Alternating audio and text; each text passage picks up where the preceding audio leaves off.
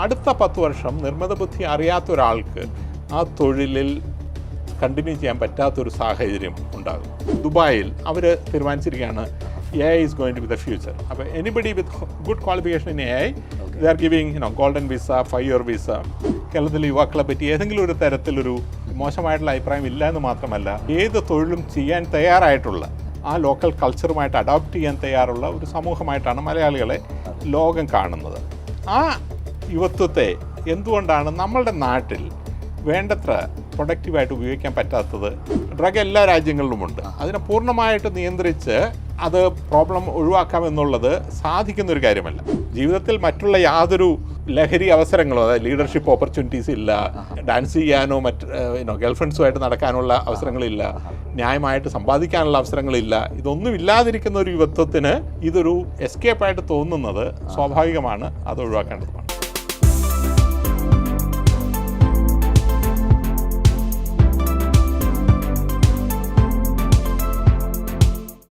കേരളത്തെ വിമർശിക്കുന്നവർ പറയുന്നത് കേരളത്തിൻ്റെ സാമ്പത്തിക വളർച്ചയുടെ കുറവാണ്. കേരളം എന്ന സാമൂഹ്യ ക്ഷേമത്തിന് കമ്പാരിറ്റീവ്ലി കൂടുതൽ ഇമ്പോർട്ടൻസ് നൽകുന്നുണ്ട്. അപ്പോൾ ഈ രണ്ട് കാര്യങ്ങളും ഒന്നിച്ച് മുന്നോട്ട് കൊണ്ടുപോകാൻ നിർദ്ദേശിക്കുന്ന മാർഗങ്ങൾ എന്തൊക്കെയായിരിക്കാം? കേരളത്തിൻ്റെ സാമ്പത്തിക വളർച്ച ഇല്ല എന്ന് പറയുന്ന വാസ്തവത്തിൽ ഒരു ശരിയായ കാര്യമല്ല. കേരളം ഇപ്പോൾ കഴിഞ്ഞൊരു 10 വർഷം എടുത്തു കഴിഞ്ഞിട്ടുണ്ടെങ്കിൽ കേരളത്തിലെ ശരാശരി വളർച്ചാ നിരക്ക്, GDPയുടെ വളർച്ചാ നിരക്ക് ഇന്ത്യയുടെ വളർച്ചാ നിരക്കിലും മുകളിലാണ്. കേരളത്തിലെ വ്യവസായ വളർച്ചാ നിരക്കും ഇന്ത്യയുടെ വ്യവസായ വളർച്ചാ നിരക്കിലും മുകളിലാണ്. കേരളത്തിലൊരു ലോങ് ടൈം വ്യൂ എടുത്തു കഴിഞ്ഞിട്ടുണ്ടെങ്കിൽ 1960കളിൽ ഇന്ത്യയിലെ സംസ്ഥാനങ്ങളുടെ സാമ്പത്തിക നില എടുത്തു കഴിഞ്ഞിട്ടുണ്ടെങ്കിൽ അതിലെ ലോവസ്റ്റ് പെർ ക്യാപിറ്റൽ ഇൻകമുള്ള ക്വാർട്ടൈലിലുള്ള 25% നമ്മളുടെ നില. ഇപ്പോൾ ഹയസ്റ്റ് ഇൻകമുള്ള 25%. അപ്പോൾ ആ അർത്ഥത്തിൽ കേരളം വളരുക തന്നെയാണ്. അക്കാര്യത്തിൽ യാതൊരു സംശയവുമില്ല. മാറ്റം വന്നിരിക്കുന്നത് നമ്മളുടെ വിദ്യാഭ്യാസ നിലവാരത്തിൽ വലിയ മാറ്റം ഉണ്ടായിട്ടുണ്ട്. സാമൂഹ്യക്ഷേമത്തിൽ നല്ല മാറ്റമുണ്ട്. പക്ഷേ വിദ്യാഭ്യാസ നിലവാരത്തിലുണ്ടായ മാറ്റം കൊണ്ട് നമ്മളുടെ പ്രതീക്ഷ അല്ലെങ്കിൽ ആസ്പിറേഷൻ എന്ന് പറയുന്നത് വലുതായിട്ട് മാറി. നമ്മളുടെ ആസ്പിറേഷൻ അനുസരിച്ച് നമ്മളുടെ സാമ്പത്തിക വളർച്ച ഉണ്ടായിട്ടില്ല. ഇവിടെയാണ് നമ്മളുടെ ഒരു അതുകൊണ്ടാണ് നമുക്ക് വേണ്ടത്ര സാമ്പത്തിക വളർച്ച ഇല്ല എന്ന് തോന്നുന്നത്. അത് ആപേക്ഷികമായിട്ടുള്ള വിഷയമല്ല. ഇപ്പം മറ്റു സംസ്ഥാനങ്ങളെ അപേക്ഷിച്ച് നമുക്ക് കൂടുതൽ വളർച്ചയുണ്ട്, അല്ലെങ്കിൽ ഇന്ത്യയുടെ ശരാശരി വളർച്ചയിൽ കൂടുതൽ വളർച്ചയുണ്ട് എന്നുള്ളത് കൊണ്ട് നമ്മളുടെ ആസ്പിറേഷനെ അത് കവർ ചെയ്യുന്നില്ലല്ലോ. മനസ്സിലായി. അപ്പോൾ നമ്മളുടെ വളർച്ച, വിദ്യാഭ്യാസത്തിലുള്ള വളർച്ച സാമൂഹികമായ വളർച്ചയാണ്. നമ്മുടെ സാമ്പത്തിക വളർച്ച വേണ്ടത്ര ഇല്ല എന്ന തോന്നൽ തന്നെ നമുക്കുണ്ടാകുന്നത് അതൊരു നല്ല കാര്യമാണ്. പരിസ്ഥിതി സംരക്ഷണം നമ്മുടെ ഒരു വീക്ക്നെസ്സാണ്. അത് വിട്ടുള്ള ഒരു കളിയും ഉണ്ടാവില്ല. പക്ഷേ വികസനത്തിൻ്റെ കാര്യം വരുന്ന സമയത്ത് ഈ കാര്യം കൊണ്ട് നമുക്കുണ്ടാവുന്ന ഗുണകരമല്ലാത്ത കാര്യങ്ങളെക്കുറിച്ച് നമ്മൾ ബോധവാന്മാരുമല്ല. അപ്പോൾ കേരളത്തിൻ്റെ പ്രകൃതി സ്വത്തും പാരിസ്ഥിതിക ഗുണങ്ങളും എല്ലാം വെച്ചുകൊണ്ട് തന്നെ കേരളത്തിൻ്റെ വികസനത്തെ നമുക്ക് എങ്ങനെ കാണാൻ വേണ്ടിയിട്ട് പറ്റും? അതിനുള്ളൊരു മാർഗനിർദ്ദേശങ്ങൾ എന്തൊക്കെയായിരിക്കാം? നമ്മളുടെ പരിസ്ഥിതിയും നമ്മളുടെ വികസനവും തമ്മിൽ ഒരു എതിർ പക്ഷത്താണെന്നുള്ളത് ഒരു തെറ്റിദ്ധാരണ ആണ്. അതിൻ്റെ ഒരു അടിസ്ഥാന കാരണം എന്ന് പറയുന്നത് നമ്മുടെ പരിസ്ഥിതിയുടെ മൂല്യം നമ്മൾ കണക്കിലാക്കുന്നില്ല. അപ്പോൾ മൂല്യം മാത്രമുള്ള ഒരു GDP കാൽക്കുലേഷൻ എടുത്തു കഴിഞ്ഞിട്ടുണ്ടെങ്കിൽ ഒരു വനം നിലനിൽക്കുമ്പോൾ അതിനൊരു GDP ഇല്ല. പക്ഷേ അവിടുത്തെ കാട് മുഴുവൻ മരങ്ങൾ വിറ്റ് കഴിഞ്ഞിട്ടുണ്ടെങ്കിൽ പെട്ടെന്ന് നമുക്ക് വളർച്ച ഉണ്ടാകുന്ന പോലെ തോന്നും. പക്ഷേ നമ്മുടെ നാടിൻ്റെ സുസ്ഥിര വികസനം വെച്ച് നോക്കിക്കഴിഞ്ഞിട്ടുണ്ടെങ്കിൽ അതൊരു ശരിയായ നടപടിയല്ല. അപ്പോൾ എങ്ങനെയാണ് നമ്മുടെ പരിസ്ഥിതിയെ നമ്മളുടെ ഫൈനാൻഷ്യൽ ഇക്വേഷനിലേക്ക് കൊണ്ടുവരിക എന്നുള്ളത് ആണ് ഇതിൻ്റെ അടിസ്ഥാനപരമായിട്ടുള്ള ഈ പരിസ്ഥിതിയും വികസനവും തമ്മിൽ ഉള്ള ഒരു ഡിസ്പ്യൂട്ടിൻ്റെ ഒരു അടിസ്ഥാനം വരുന്ന ആ എക്കണോമിക് കാൽക്കുലേഷനിൽ നിന്നാണ്. മനസ്സിലായി. കേരളത്തിൽ നമ്മൾ മനസ്സിലാക്കേണ്ട ഒരു കാര്യം എന്ന് പറയുന്നത്, നമ്മൾ ഏതൊരു മാറ്റമുണ്ടാകുമ്പോഴും അത് വികസനമാണെങ്കിലും താഴേക്കാണെങ്കിലും അതിനൊരു പരിസ്ഥിതികമായിട്ടുള്ളൊരു പ്രത്യാഘാതം ഉണ്ടാകും. അത് അങ്ങനെ ഇല്ലാതെ ഒരു വളർച്ചയും ഉണ്ടായിട്ടില്ല. നമ്മൾ എന്ത് തന്നെ ഇപ്പോൾ നമ്മൾ 1000 കൊല്ലം മുമ്പുള്ള പ്രോജക്റ്റുകൾ എടുത്തു കഴിഞ്ഞിട്ടുണ്ടെങ്കിലും 500 കൊല്ലം മുമ്പുള്ള പ്രോജക്റ്റുകൾ എടുത്തു കഴിഞ്ഞിട്ടുണ്ടെങ്കിൽ ഇന്ന് ലോകത്ത് നമുക്ക് ഏറ്റവും കൺവീനിയൻ്റ് ആയിട്ടുള്ള ഏതൊരു മാറ്റം ഉണ്ടായി കഴിഞ്ഞിട്ടുണ്ടെങ്കിലും, ഇലക്ട്രിസിറ്റി ആണെങ്കിലും ടെലിഫോൺ ആണെങ്കിലും പനാമ കനാലാണെങ്കിലും നാഷണൽ ഹൈവേ ആണെങ്കിലും ഇതിനെല്ലാം ഒരു റെയിൽവേ ആണെങ്കിലും ഇതിനെല്ലാം ഒരു പാരിസ്ഥിതിക പ്രത്യാഘാതങ്ങൾ ആ കാലത്തും ഉണ്ടായിരുന്നു, എല്ലാ കാലത്തും ഉണ്ടായിരിക്കും. അപ്പോൾ പരിസ്ഥിതി പ്രത്യാഘാതങ്ങൾ പൂർണ്ണമായി ഒഴിവാക്കി ഒരു പദ്ധതി നടപ്പിലാക്കുക എന്നുള്ളത് സാധ്യമായൊരു കാര്യമല്ല. നമ്മളെന്താണ് ചെയ്യേണ്ടത്? ഒരു പദ്ധതി ഉണ്ടാക്കുമ്പോൾ അത് ഉണ്ടാക്കുന്ന പരിസ്ഥിതി പ്രത്യാഘാതങ്ങളെ പറ്റി നമ്മൾ പഠിക്കുക. എന്നിട്ട് ആ പരിസ്ഥിതിയുടെ ക്യാരിങ് കപ്പാസിറ്റിക്ക് അകത്താണോ ഈ പ്രസ്ഥാനം മനസ്സിലാക്കുക. അല്ല പരിസ്ഥിതിയെ പൂർണ്ണമായിട്ടും ലോങ് ടൈം ആയിട്ട് നശിപ്പിക്കുന്ന ഒന്നാണെന്ന് പറഞ്ഞു കഴിഞ്ഞാൽ അത് നടപ്പിലാക്കാതിരിക്കുക. ഇതാണ് ഒന്നാമത്തെ കാര്യം. രണ്ടാമത്തെ കാര്യം, പരിസ്ഥിതിക്ക് ഉണ്ടാകുന്ന നഷ്ടങ്ങൾ പരമാവധി കുറയ്ക്കാനായിട്ട് സാധിക്കുമോ എന്നുള്ളതാണ് രണ്ടാമത്തെ കാര്യം. അതിനുള്ള സാങ്കേതിക വിദ്യകൾ നമുക്ക് ഉപയോഗിക്കാൻ സാധിക്കുമോ? ഒരേ കാര്യം നമുക്ക് പലതരത്തിൽ ചെയ്യാനായിട്ട് സാധിക്കും. അതിൽ ഏറ്റവും കുറച്ച് പരിസ്ഥിതി നാശമുണ്ടാക്കുന്ന തരത്തിൽ അത് ചെയ്യാനായിട്ട് സാധിക്കുമോ? ഇതാണ് രണ്ടാമത് ചെയ്യേണ്ടത്. മൂന്നാമത്, ഇങ്ങനെ ചെയ്തതിന് ശേഷവും ചെറിയൊരു പരിസ്ഥിതി നഷ്ടം ഉണ്ടാകും. ആ നഷ്ടം ഉണ്ടായിക്കഴിയുമ്പോൾ ആർക്കാണോ നഷ്ടം കൊണ്ട് കൂടുതൽ ബുദ്ധിമുട്ടുണ്ടാകുന്നത് അതിനെ കിട്ടുന്ന ലാഭത്തിൽ നിന്ന് അല്ലെങ്കിൽ ലാഭം കിട്ടുന്നവരിൽ നിന്നും ഉള്ള ഒരു കോൺട്രിബ്യൂഷനിൽ കൂടെ ബാലൻസ് ചെയ്യാനായിട്ട് ശ്രമിക്കുക. അപ്പോൾ എല്ലാ ആളുകൾക്കും പൂർണ്ണമായിട്ടും ഗുണകരമായിട്ടൊരു പദ്ധതി ഉണ്ടാവില്ല. അപ്പോൾ നമ്മളുടെ മുറ്റത്തു കൂടെ ഒരു ഹൈവേ പോയി കഴിഞ്ഞിട്ടുണ്ടെങ്കിൽ ഏതോ ഒക്കെ ആളുകളുടെ വീടുകൾ അതിനു വേണ്ടി എടുത്തു പോകുമെന്നുള്ള കാര്യത്തിൽ യാതൊരു സംശയവുമില്ല. അപ്പോൾ അത് അവരുടെ മാത്രം പ്രശ്നമല്ലല്ലോ. ഇതുകൊണ്ട് ബെനിഫിറ്റ് കിട്ടുന്ന മുഴുവൻ ആളുകളുടെയും ഒരു വിഷയം കൂടിയാണ്. സമൂഹത്തിൻ്റെ മൊത്തം ബെനിഫിറ്റിന് വേണ്ടിയാണ്. ആ ആളുകൾക്ക് കോമ്പൻസേഷൻ കൊടുക്കേണ്ട ഒരു ഉത്തരവാദിത്വം സമൂഹത്തിൻ്റെ മൊത്തം ഉത്തരവാദിത്തമാണ്. അല്ലാതെ അവരുടെ മാത്രം ഉത്തരവാദിത്തമായിട്ട് നമ്മൾ എടുക്കാൻ പാടില്ല. പരിസ്ഥിതിയുടെ കാര്യത്തിലാണെങ്കിലും അങ്ങനെയാണ്. ഈ 3 കാര്യങ്ങൾ ഉറപ്പാക്കിയതിന് ശേഷം നമുക്ക് കാര്യങ്ങൾ ചെയ്യാനായിട്ട് സാധിക്കും. അതിനുള്ള സാങ്കേതിക വിദ്യകൾ ഇന്ന് നിലവിലുണ്ട്. അതായത് പരിസ്ഥിതി ആഘാതം പഠിക്കാനാണെങ്കിലും പരിസ്ഥിതി ആഘാതം കുറയ്ക്കാനാണെങ്കിലും ആ ബാക്കിയുള്ള ആഘാതത്തെ എങ്ങനെ കൈകാര്യം ചെയ്യണം എന്നുള്ള കാര്യത്തിലാണെങ്കിലും സാങ്കേതിക വിദ്യകൾ ഇന്ന് ലഭ്യമാണ്. അത് വേണ്ട തരത്തിൽ ഉപയോഗിക്കുക. അല്ലാതെ നമ്മൾ പരിസ്ഥിതിയുടെ സൈഡിൽ ഒരു സെറ്റ് ആളുകളും വികസനത്തിൻ്റെ സൈറ്റിൽ മറ്റൊരു സെറ്റ് ആളുകളും നിന്ന് വാഗ്വാദം നടത്തിക്കൊണ്ട് ഒരു മാറ്റവും ഉണ്ടാകാനായിട്ട് പോകുന്നില്ല. മനസ്സിലായി. ഇതേ അവസ്ഥ തന്നെയാണ് നമ്മൾ ഡെവലപ്മെൻറ്റും ലോക്കൽ എക്കണോമിയും എടുത്തു കഴിഞ്ഞാൽ. പലപ്പോഴും പല രീതിയിലേക്കുള്ള ഡെവലപ്മെൻറ്റ് പ്രോജക്റ്റുകൾ വരുന്ന സമയത്ത് ഈ ലോക്കൽ എക്കണോമി അല്ലെങ്കിൽ ലോക്കൽ ആൾക്കാർ അതിനൊരു തടസ്സമായിട്ട് മാറുന്നുണ്ട്. തീർച്ചയായിട്ടും നേരത്തെ മുരളിച്ചേട്ടൻ പറഞ്ഞതുപോലെ അത് അവരുടെ മാത്രം പ്രശ്നമല്ല, അവരുടെ ജീവിതത്തെ വളരെ സാരമായി ബാധിക്കുന്നത് കൊണ്ടാണ് അവർ മുന്നോട്ട് വരുന്നത്. അതിനൊരു സൊല്യൂഷൻ സമൂഹത്തിന്, ഗവൺമെന്റിന് നമുക്ക് കൃത്യമായിട്ട് കൊടുക്കാൻ കഴിഞ്ഞില്ലെങ്കിൽ അവിടെ ഒരു പ്രശ്നമായി തന്നെ നിലനിൽക്കും. തീർച്ചയായിട്ടും ഇതിന് ഒരു സൊല്യൂഷനായിട്ട് നിങ്ങളുടെ ജീവിതത്തിൽ എന്തെങ്കിലും കേസ് സ്റ്റഡീസ് പറയാനുണ്ടോ? എന്തെങ്കിലും സ്ട്രാറ്റജീസ് പറയാനുണ്ടോ? ഇത് വളരെ ഭംഗിയായിട്ട് നടപ്പിലാക്കാൻ പറ്റുന്ന ഗ്ലോബലി ചെയ്യുന്ന എന്തെങ്കിലും കേസ് സ്റ്റഡീസോ സ്ട്രാറ്റജീസ് ഷെയർ ചെയ്യാനുണ്ടോ? തീർച്ചയായിട്ടും. ഇത് ലോകത്തെ എല്ലാ രാജ്യങ്ങളും അഭിമുഖീകരിക്കുന്നൊരു പ്രശ്നമാണല്ലോ. അപ്പോൾ ഒരു ഓയിൽ ഫീൽഡിൻ്റെ ഡെവലപ്മെൻറ്റ് എടുത്തു കഴിഞ്ഞിട്ടുണ്ടെങ്കിൽ ആ ഓയിൽ ഫീൽഡിലെ ഡെവലപ്മെൻറ്റിന് വേണ്ടി വരുന്ന ഹ്യൂമൻ റിസോഴ്സ് എന്ന് പറയുന്നത് പലപ്പോഴും വളരെ ഹൈലി സ്കിൽഡ് ആയിട്ടുള്ള ഇതായിരിക്കും. ഇപ്പോൾ നമ്മൾ മിഡിൽ ഈസ്റ്റിൽ പോയി കഴിഞ്ഞിട്ടുണ്ടെങ്കിൽ അറിയാം, കഴിഞ്ഞ 50 വർഷമായിട്ട് അവിടുത്തെ ഓയിൽ ഫീൽഡ് നോക്കിക്കഴിഞ്ഞിട്ടുണ്ടെങ്കിൽ ആദ്യകാലത്തെല്ലാം ഏതാണ്ട് 100% ആളുകളും മറ്റു നാടുകളിൽ നിന്നാണ് അവിടെ ഓയിൽ ഫീൽഡ് ഡെവലപ്മെൻറ്റ് വന്നുകൊണ്ടിരുന്നത്. അപ്പം നിർബന്ധമായിട്ട് നമുക്ക് ലോക്കൽ ആളുകളെ മാത്രം എംപ്ലോയ് ചെയ്യണമെന്ന് പറഞ്ഞിരുന്നെങ്കിൽ ആ ഇൻഡസ്ട്രി അവിടെ ഡെവലപ്പ് ചെയ്യില്ലായിരുന്നു. കാരണം അതിനുള്ള സാങ്കേതിക വിദ്യാഭ്യാസം അന്ന് അവർക്കില്ല. അപ്പോൾ എന്താണ് ചെയ്യുന്നത്? 2 കാര്യങ്ങൾ ചെയ്യുന്നു. ഒന്ന്, ഈ ഓയിൽ ഫീൽഡ് ഡെവലപ്പ് ചെയ്തുകൊണ്ടുണ്ടാകുന്ന സാമ്പത്തികമായിട്ടുള്ള ബെനിഫിറ്റ് അവരിലൂടെ അവർക്ക് കൂടി ഷെയർ ചെയ്യുന്നു. അവരുടെ സാമൂഹ്യ വിദ്യാഭ്യാസ നിലവാരം എന്ത് തന്നെയാണെങ്കിൽ പോലും അവർക്ക് അതിനുള്ള ബെനിഫിറ്റ് ഉണ്ടാകുന്നു. ഉദാഹരണത്തിന് എഡ്യൂക്കേഷൻ ഫ്രീ ആവുന്നു, ഹെൽത്ത് കെയർ ഫ്രീ ആവുന്നു, വീട് വയ്ക്കാനുള്ള സബ്സിഡികൾ കിട്ടുന്നു, വീട്ടിലേക്ക് റോഡുകൾ ഉണ്ടാകുന്നു. അപ്പോൾ ആളുകൾക്ക് ആ ഓയിൽ ഫീൽഡിൻ്റെ ബെനിഫിറ്റ് എന്താണെന്ന് മനസ്സിലാകുന്നു. രണ്ടാമത്, ഈ ഫീൽഡിൽ ആവശ്യമായിട്ടുള്ള സ്കില്ലുകൾ ഡെവലപ്പ് ചെയ്യാനായിട്ട് അവർക്ക് അവസരം കൊടുക്കുന്നു. അത് ലോക്കൽ യൂണിവേഴ്സിറ്റി ആയിട്ടാണെങ്കിലും വിദേശത്ത് അയച്ചിട്ടാണെങ്കിലും. അങ്ങനെ ഇപ്പോൾ ഞാൻ ബ്രൂണയിലായിരുന്നപ്പോൾ ബ്രൂണനൈസേഷൻ പ്രോഗ്രാം ഉണ്ടായിരുന്നു. ഒമാനിലെ ഒമനൈസേഷൻ പ്രോഗ്രാം ഉണ്ട്, ഖത്തറൈസേഷൻ പ്രോഗ്രാം, എമിറേറ്റൈസേഷൻ പ്രോഗ്രാം എന്നുള്ള പ്രോഗ്രാംസ് ഉണ്ട്. അപ്പോൾ അങ്ങനെ ഈ ഇൻഡസ്ട്രിയിലേക്ക് ആളുകളെ കൊണ്ടുവരുന്ന പരിശീലനം കൂടി നൽകുന്നു. അപ്പോൾ ലോങ് റേഞ്ച് എടുത്തു കഴിഞ്ഞിട്ടുണ്ടെങ്കിൽ അവർക്ക് ആദ്യം സാമ്പത്തികമായ ബെനിഫിറ്റ് ഉണ്ടായി, അതിന് സാമൂഹ്യ സുരക്ഷ ഉണ്ടായി, അതിനുശേഷം അവസരങ്ങളുണ്ടായി. ആ ഒരു ടൈം ലൈന് നമ്മൾ തയ്യാറാവണം. ഇത് നമ്മളൊരു വികസനം നടക്കുമ്പോൾ തന്നെ ആ നാട്ടിലുള്ള ആളുകൾക്ക് മാത്രം ഉടൻ നേരിട്ട് ബെനിഫിറ്റ് ഉണ്ടാകണമെന്ന് നമ്മൾ നിർബന്ധിച്ച് കഴിഞ്ഞിട്ടുണ്ടെങ്കിൽ ആ സമയത്ത് വികസനം നമുക്ക് സാധ്യമാവില്ല. അപ്പോൾ അവിടെ താൽക്കാലികമായി ഉണ്ടാകുന്ന നഷ്ടങ്ങൾക്ക് താൽക്കാലികമായുള്ള പരിഹാരം, ലോങ് ടേം ആയിട്ടുള്ള ബെനിഫിറ്റ് എല്ലാവരും ഷെയർ ചെയ്യുന്നൊരു രീതി നമുക്കുണ്ടാകണം. ആ ഒരു വിശ്വാസം നമ്മുടെ ഗവൺമെൻറ്റിൽ നമുക്ക് ഉണ്ടാകണമെന്നുള്ളതും കൂടി പ്രാധാന്യമുള്ളതാണ്.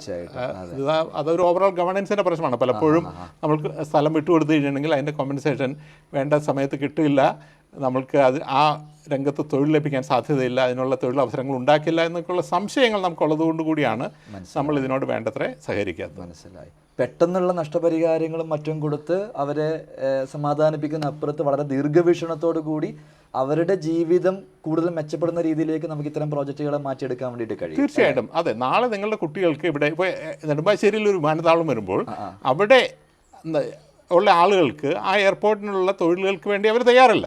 കാരണം അവർ സാധാരണ ഇതിൽ കൃഷിയിടമായിരുന്ന സ്ഥലമാണല്ലോ. പക്ഷേ അവരുടെ കുട്ടികൾക്ക് വിദ്യാഭ്യാസം ലഭിച്ചു കഴിഞ്ഞിട്ടുണ്ടെങ്കിൽ അവിടെ തൊഴിൽ ലഭിക്കാനുള്ള സാധ്യതയുണ്ട് എന്നുള്ള തരത്തിൽ ഒരു ചിന്തയും, അതേസമയം ഇമ്മീഡിയറ്റ് ആയിട്ട് അവർക്ക് പറ്റുന്ന നഷ്ടങ്ങൾക്ക് ഉള്ള പരിഹാരവും രണ്ടും കൂടി ഒരുമിച്ച് ചെയ്യണം. രണ്ട് ടൈം ഫ്രെയിമിലായിരിക്കും.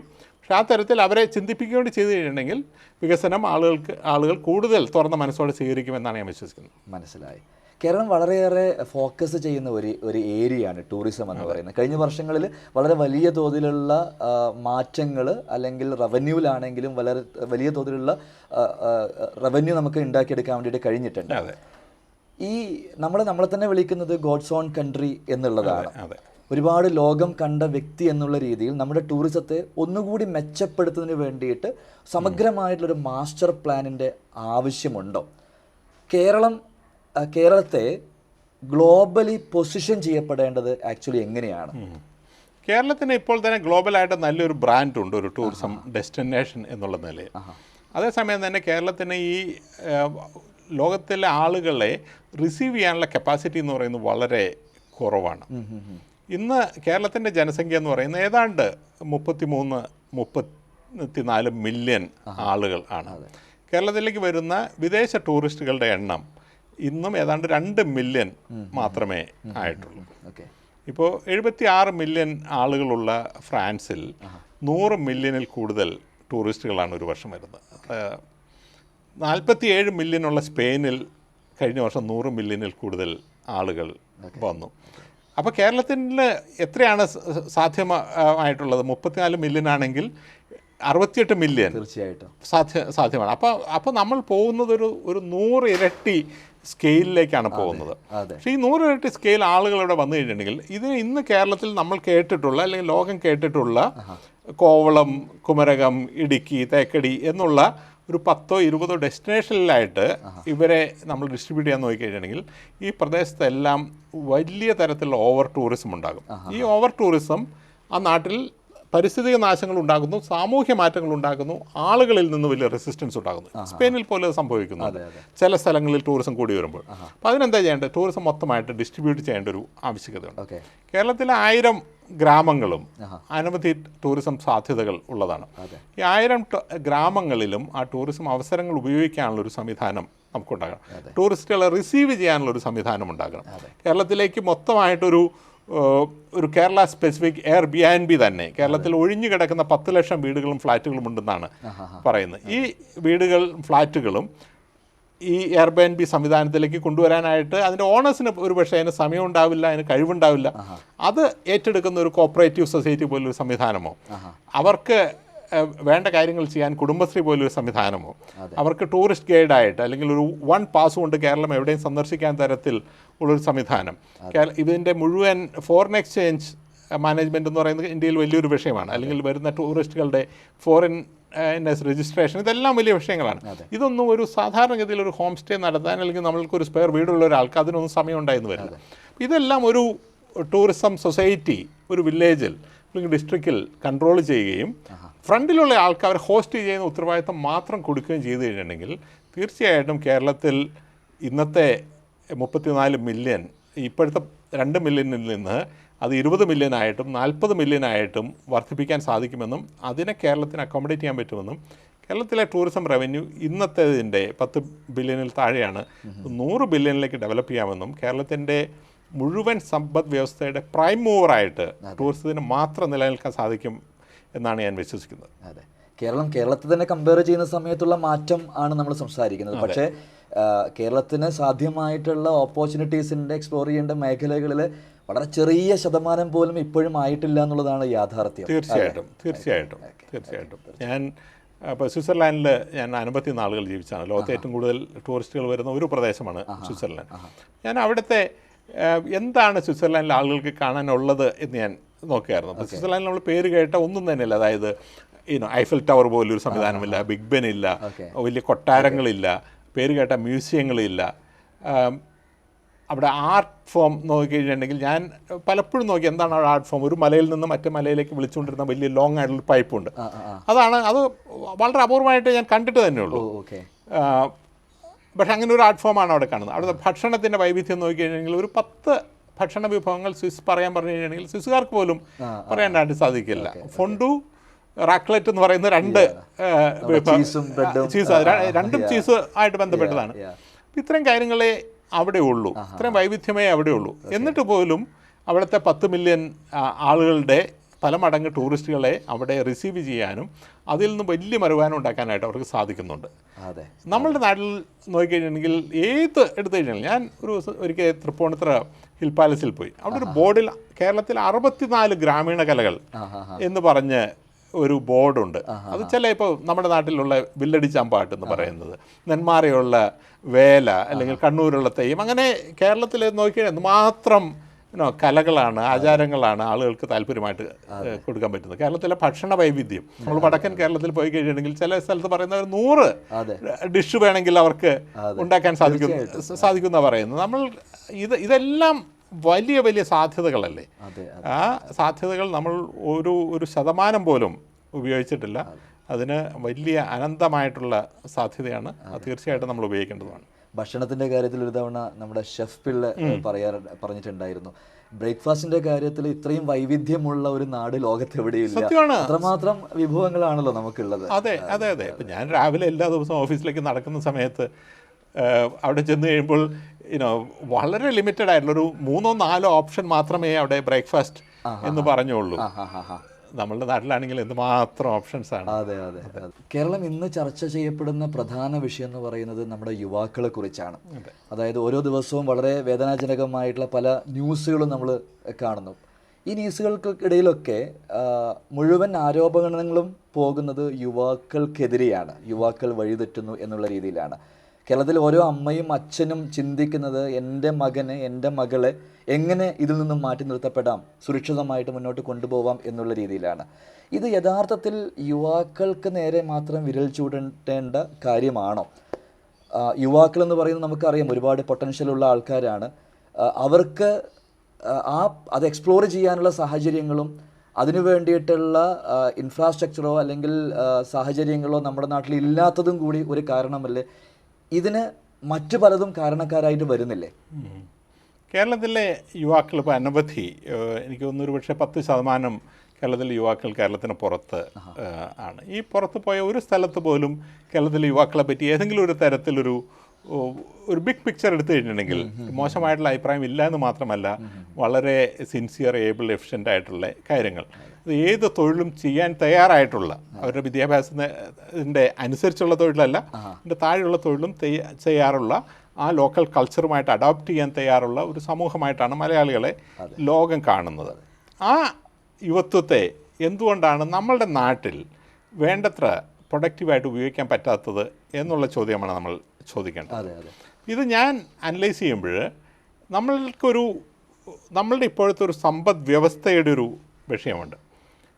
നമ്മളുടെ കേരളത്തിൽ ഒരു വിദ്യാഭ്യാസം നേടി ഏറ്റവും നല്ല സ്ഥാപനങ്ങളിൽ നിന്ന് തന്നെ വിദ്യാഭ്യാസം നേടിക്കഴിഞ്ഞിട്ടുണ്ടെങ്കിൽ നമ്മുടെ കേരളത്തിൽ ലഭ്യമായ തൊഴിലുകൾ നോക്കിക്കഴിഞ്ഞാൽ വളരെ ചെറിയൊരു ശതമാനം തൊഴിലുകൾക്ക് മാത്രമേ കേരളത്തിൽ ഒരു മിഡിൽ ക്ലാസ് ലിവിങ് എങ്കിലും ഗ്യാരണ്ടി ചെയ്യാൻ പറ്റുന്നൊരു ഇൻകം ഉള്ളൂ.